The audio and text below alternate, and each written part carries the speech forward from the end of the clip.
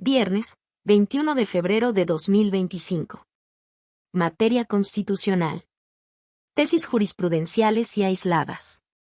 1 de 7. Registro digital, 202-9961. Tipo, aislada. Papeles de trabajo.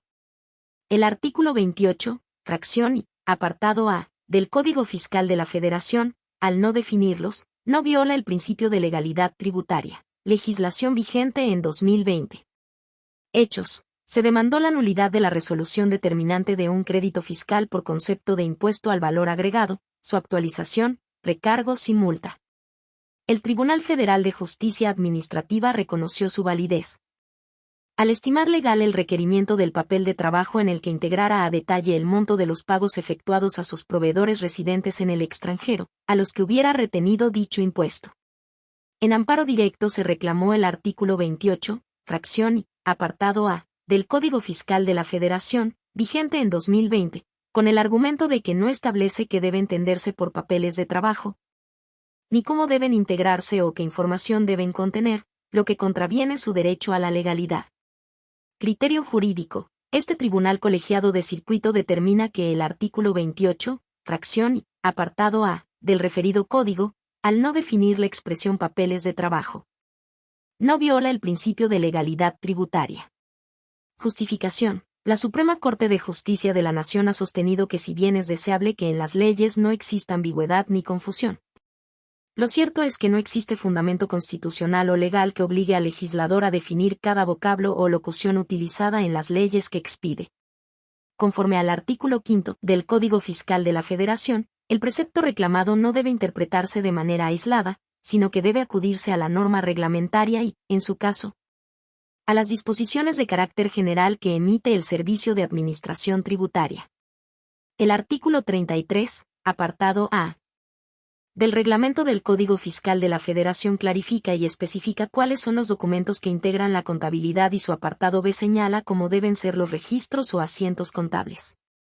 La regla 2.8.1.16. De los papeles de trabajo y registro de asientos contables, de la Resolución Miscelánea Fiscal para 2020, publicada en el Diario Oficial de la Federación el 28 de diciembre de 2019. Prevé que para los efectos señalados en el artículo 33, la documentación comprobatoria de las operaciones ahí mencionadas es parte de la contabilidad. Por tanto, los papeles de trabajo son los documentos que contienen registros o asientos contables que permiten a la autoridad fiscal la identificación de cada operación, acto o actividad y sus características, adminiculadas con los folios asignados a los comprobantes fiscales o con la documentación comprobatoria, así como la relación de cada operación, acto o actividad con los saldos que den como resultado las cifras finales de las cuentas, entre otras. 10º Tribunal Colegiado en Materia Administrativa del Primer Circuito. 2 de 7. Registro digital, 202-9962. Tipo, aislada. Pensión compensatoria. Los artículos 287, fracción 2 y 288, último párrafo, del Código Civil para el Estado de Colima, al prever los supuestos para que se extinga, son inconstitucionales e inconvencionales. Hechos. En un juicio de divorcio incausado se declaró disuelto el vínculo matrimonial y se estableció una pensión compensatoria en favor del excónyuge, al haberse dedicado preponderantemente al hogar y al cuidado de los hijos. Posteriormente se determinó su temporalidad conforme a los supuestos que para su extinción establecen los artículos 287, fracción 2 y 288, último párrafo, del Código Civil para el Estado de Colima. Criterio jurídico. Este tribunal colegiado de circuito determina que los citados preceptos, al prever que la pensión compensatoria se extingue cuando la persona cónyuge acreedora tenga ingresos suficientes y o se una en matrimonio, concubinato, unión libre o cualquiera otra análoga, son inconstitucionales e inconvencionales.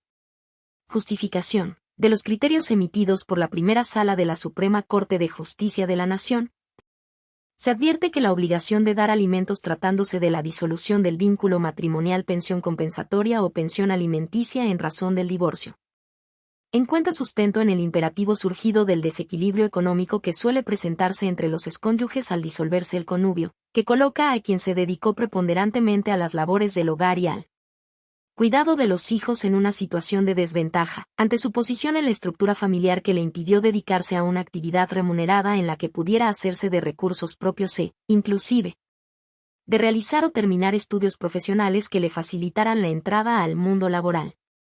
En atención al principio de realidad, no puede soslayarse que en razón de los roles y estereotipos que históricamente han sido asignados a las mujeres, que acogen la idea de que en los hogares los hombres son los principales proveedores y asumen un rol productivo y que las mujeres tienen un rol reproductivo.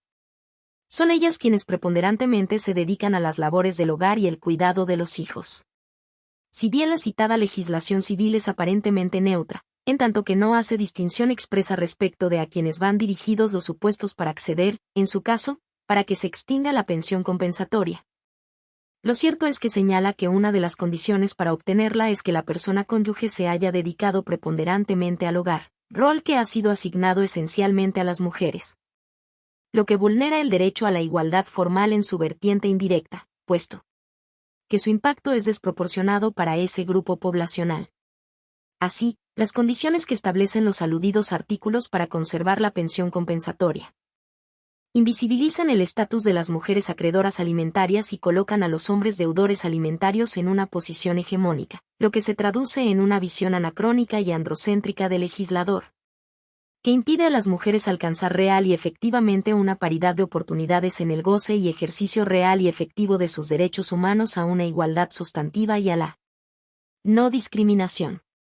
Asimismo, vulneran el derecho humano de las mujeres a una vida libre de violencia económica y patrimonial, en relación con el diverso derecho al trabajo, porque permiten extinguir la pensión obtenida por la acreedora alimentaria, si logra su independencia financiera, lo que actualiza barreras en el mercado laboral y subyuga la autonomía económica de dicho sector a su deudor.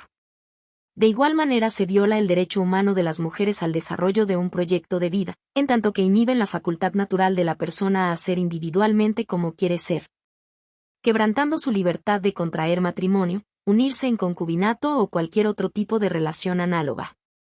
Por tanto, los artículos 287, fracción 2 y 288, último párrafo, del Código Civil para el Estado de Colima, violan los artículos 1, 4 y 123 de la Constitución Política de los Estados Unidos Mexicanos, 5, inciso A, 11, numeral 1, incisos A y C, 13, primer párrafo y 16, numeral 1, incisos A y C, de la Convención sobre la Eliminación de todas las formas de discriminación contra la mujer, CEDAW, por sus siglas en inglés, 3, 7, primer párrafo, inciso F y 8, inciso H, de la Convención Interamericana para Prevenir, Sancionar y Erradicar la Violencia contra la Mujer, Convención de Belém do Pará, primero, de la Declaración sobre la Eliminación de la Violencia contra la Mujer, 1.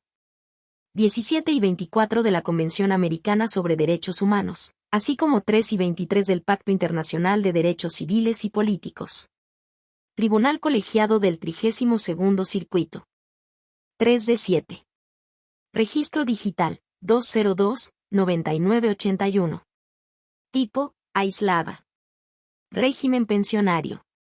El artículo 35 del Reglamento para el ejercicio del derecho de opción que tienen los trabajadores de conformidad con los artículos 5 y 7 transitorios del decreto por el que se expide la ley del Instituto de Seguridad y Servicios Sociales de los Trabajadores del Estado, no viola los principios de reserva de ley y de subordinación jerárquica. Hechos.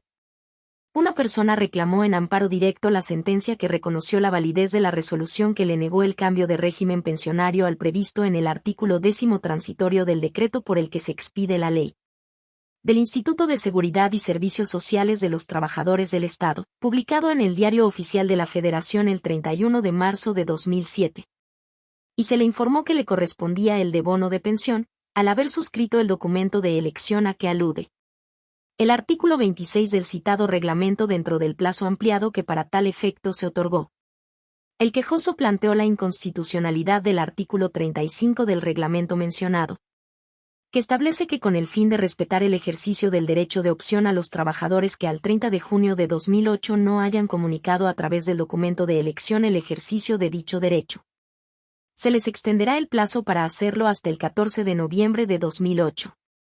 Lo anterior, por estimar que dicho precepto transgrede los principios de reserva de ley y de subordinación jerárquica al extender el plazo para ejercer el derecho de opción. Pues va más allá de lo previsto en el artículo 7º transitorio del decreto mencionado, que estableció como plazo de elección el de 6 meses, a partir del 1 de enero de 2008. Criterio jurídico. Este tribunal colegiado de circuito determina que el artículo 35 del reglamento para el ejercicio del derecho de opción que tienen los trabajadores de conformidad con los artículos 5 y 7 transitorios del decreto por el que se expide la ley del Instituto de Seguridad y Servicios Sociales de los Trabajadores del Estado, no viola los principios de reserva de ley y de subordinación jerárquica. Justificación. Que el referido artículo 35 haya ampliado el plazo para el ejercicio del derecho de opción no viola los principios de reserva de ley y de subordinación jerárquica.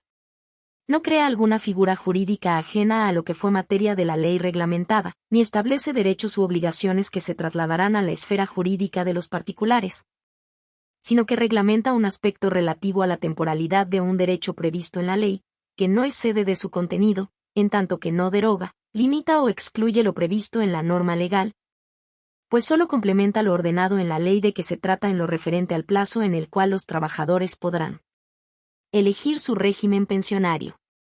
Tal ampliación del plazo, lejos de imponer alguna restricción, maximizó el ejercicio del derecho de opción para quienes desearan hacerlo, y para quien optara por no ejercerlo. La consecuencia sería la permanencia en el régimen pensionario a que se refiere el artículo 10 transitorio. Cuarto Tribunal Colegiado en Materias Penal y Administrativa del Quinto Circuito. 4 de 7. Registro Digital, 202-9984. Tipo, aislada. Responsabilidad patrimonial del Estado. El mecanismo para calcular la indemnización por daños personales contenido en la Ley Federal relativa, no es arbitrario ni viola el derecho a la justa indemnización. Hechos. Una persona física solicitó a una empresa productiva del Estado una indemnización con motivo de la responsabilidad derivada de la indebida prestación del servicio de energía eléctrica, que le causó una incapacidad permanente parcial, que le impide desarrollar el oficio al que se dedicaba. Demandó la nulidad de su negativa y el Tribunal Federal de Justicia Administrativa reconoció la responsabilidad patrimonial a cargo de dicha empresa y su derecho a obtener una indemnización por daños personales y morales. En amparo directo aquella argumentó que el tope al monto de las indemnizaciones previsto en el artículo 14, fracción 2, de la Ley Federal de Responsabilidad Patrimonial del Estado no constituye una justa indemnización para los afectados.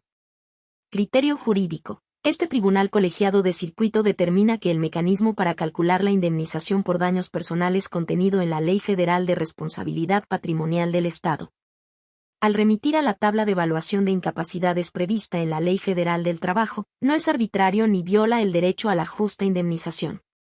Justificación. Los artículos 12, 13 y 14 de la Ley Federal de Responsabilidad Patrimonial del Estado establecen que el monto de las indemnizaciones derivadas de la responsabilidad patrimonial del Estado deberá resarcir los daños y perjuicios materiales que constituyan la lesión patrimonial reclamada y corresponderá a la reparación integral del daño, en la que deben incluirse los daños personales y morales generados. Para determinar cuáles son los aspectos que comprende la indemnización por daño personal, es necesario considerar que el artículo 14, fracción, de la señalada ley prevé dos rubros indemnizatorios. 1. El basado en los dictámenes médicos, tendiente a determinar en qué forma se vulneró la integridad personal del individuo afectado y a cuantificar en qué modo se mermó su capacidad de trabajo, y 2. El correspondiente al monto por el que se cubrirán los gastos médicos que, en su caso, habrán de erogarse como consecuencia de los daños causados. En relación con el daño personal, la ley remite al mecanismo indemnizatorio previsto en la Ley Federal del Trabajo en relación con los riesgos de trabajo, en cuyos artículos 492, 493 y 495 establece que si el riesgo produce una incapacidad permanente parcial, la indemnización se calculará aplicando el porcentaje que fija la tabla de evaluación de incapacidades establecida en el diverso 513 de la propia ley, sobre el importe de 1.095 días de salario. Y que si se produce una incapacidad permanente total, la indemnización debe ascender hasta el 100% del importe referido. En ese contexto, el mecanismo de cálculo no es arbitrario ni contrario al derecho a la justa indemnización, Al establecer que la indemnización por daño personal debe calcularse conforme al porcentaje establecido en la tabla de evaluación de incapacidades, pues tiene por objeto resarcir solo un aspecto de la justa indemnización, como es la disminución física funcional provocada por la actuación irregular, rubro que es independiente a la compensación que deba pagarse por concepto de daños materiales y morales. 10º Tribunal Colegiado en Materia Administrativa del Primer Circuito. 5 de 7. Registro Digital, 202-9985. Tipo, aislada. Responsabilidad patrimonial del Estado. La reparación integral del daño comprende el resarcimiento de los daños materiales y del daño moral. Hechos. Una persona física solicitó a una empresa productiva del Estado una indemnización con motivo de la responsabilidad derivada de la indebida prestación del servicio de energía eléctrica, que le causó una incapacidad permanente parcial, que le impide desarrollar el oficio al que se dedicaba. Demandó la nulidad de su negativa y el Tribunal Federal de Justicia Administrativa reconoció la responsabilidad patrimonial a cargo de dicha empresa y su derecho a obtener una indemnización por daños personales y morales. En amparo directo, aquella argumentó que el tope al monto de las indemnizaciones previsto en el artículo 14, fracción 2, de la Ley Federal de Responsabilidad Patrimonial del Estado no constituye una justa indemnización para los afectados. Criterio jurídico. Este tribunal colegiado de circuito determina que la reparación integral del daño, como derecho fundamental de las personas, generada por la actividad administrativa irregular del Estado, comprende el resarcimiento de los daños materiales y del daño moral. Justificación. Conforme a la doctrina desarrollada por la Suprema Corte de Justicia de la Nación, el derecho fundamental a la reparación del daño previsto en los artículos 109, último párrafo, de la Constitución Política de los Estados Unidos Mexicanos y 63, numeral 1, de la Convención Americana sobre Derechos Humanos, genera una obligación a cargo del Estado de restituir a la persona en las condiciones de vida que debería tener y que se vieron afectadas con motivo de su actividad administrativa irregular. La reparación debe traducirse en la restitución de los derechos afectados y, de no ser posible, en el pago de una justa indemnización, cuyos concepto y monto dependerán del daño ocasionado, el cual puede ser material y moral. La reparación del daño material comprende el resarcimiento del daño físico, del daño patrimonial, del lucro cesante y de la disminución del proyecto de vida. El daño físico es el detrimento de la integridad física de la persona, cuya indemnización debe cuantificarse con base en el mecanismo establecido en la Ley Federal del Trabajo, específicamente en el capítulo relativo a riesgos de trabajo. El daño patrimonial es el menoscabo provocado por los gastos en que incurrió el afectado por los hechos irregulares. El lucro cesante supone la pérdida o el detrimento de los ingresos de la víctima. El proyecto de vida comprende la limitación o pérdida de oportunidades de empleo, educación, prestaciones sociales, entre otras, provocada por los hechos ilícitos. El daño moral o inmaterial comprende la indemnización por los sufrimientos y las aflicciones causados a la víctima directa y a sus allegados, el menoscabo de valores muy significativos para las personas, así como las alteraciones, de carácter no pecuniario en las condiciones de existencia de la víctima o su familia. 10º Tribunal Colegiado en Materia Administrativa del Primer Circuito. 6 de 7. Registro Digital, 202-9988. Tipo, aislada. Secretaría de Seguridad Ciudadana de la Ciudad de México. Los artículos 4, fracciones y, inciso D, y 2, inciso D, y 5, fracción 13, de su Código de Conducta, no violan el principio de subordinación jerárquica. Hechos. En amparo indirecto se reclamó el acuerdo de inicio del procedimiento administrativo emitido por la Comisión de Honor y Justicia de la Secretaría de Seguridad Ciudadana de la Ciudad de México, cuya conducta irregular se fundamentó en los artículos 4, fracciones y, inciso D, y 2, inciso D, y 5, fracción 13, del Código de Conducta de dicha dependencia, argumentándose que dichos preceptos violan el principio de subordinación jerárquica. Criterio jurídico. Este tribunal colegiado de circuito determina que los artículos 4, fracciones y, inciso D, y 2, inciso D, y 5, fracción 13, del referido código, no violan el principio de subordinación jerárquica. Justificación. El señalado código fue emitido conforme a la habilitación que el Congreso de la Unión estableció en el artículo 16 de la Ley General de Responsabilidades Administrativas, la cual se reflejó en los lineamientos emitidos por el Comité Coordinador del Sistema Nacional Anticorrupción, publicados mediante acuerdo en el Diario Oficial de la Federación el 12 de octubre de 2018. De la confrontación de los preceptos reclamados con los lineamientos quinto, incisos H, I y N, que establecen como principios que rigen al servicio público el profesionalismo, la objetividad y la integridad. Octavo. Incisos A, K y M, y noveno, inciso D, que prevén como reglas de integridad en los distintos ámbitos del servicio público la actuación pública, el desempeño permanente con integridad y el comportamiento digno. Deriva que el Código de Conducta no va más allá de lo previsto en los lineamientos para la emisión del Código de Ética a que se refiere el artículo 16 de la Ley General de Responsabilidades Administrativas, sino que los complementa, en la medida en que se reducen al ámbito de actuación que corresponde a la referida Secretaría en materia de seguridad pública y especifican qué es lo que debe entenderse por cada principio que rige al servicio público.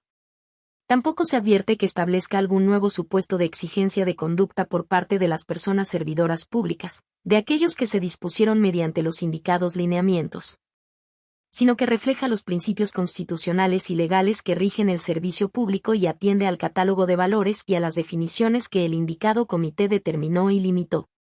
10º Tribunal Colegiado en Materia Administrativa del Primer Circuito.